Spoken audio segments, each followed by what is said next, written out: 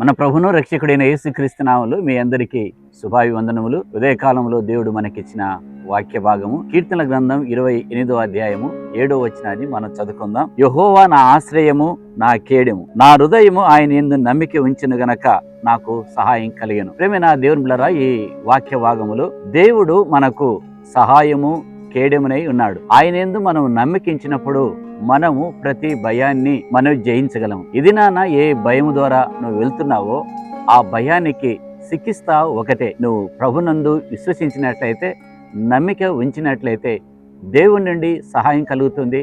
ఆ భయాన్ని నువ్వు జయించగలవు. కనుక ఏ భయం ద్వారా నువ్వు వెళ్తున్నావో ఆ భయం నుండి సంపూర్ణమైన విడుదల పొంది దేవునిలో ముందు కొనసాగటానికి పరిశుద్ధాత్మ దేవుడు మీకు సహాయం చేస్తాడు. కనుక ఆయన యందు నమ్మికించి ముందుకు కొనసాగాలని ప్రభు పేరిట మనవి చేస్తున్నాను. దేవుడు మిమ్మల్ని ఆశీర్వదించును గాక. ఆమేన్.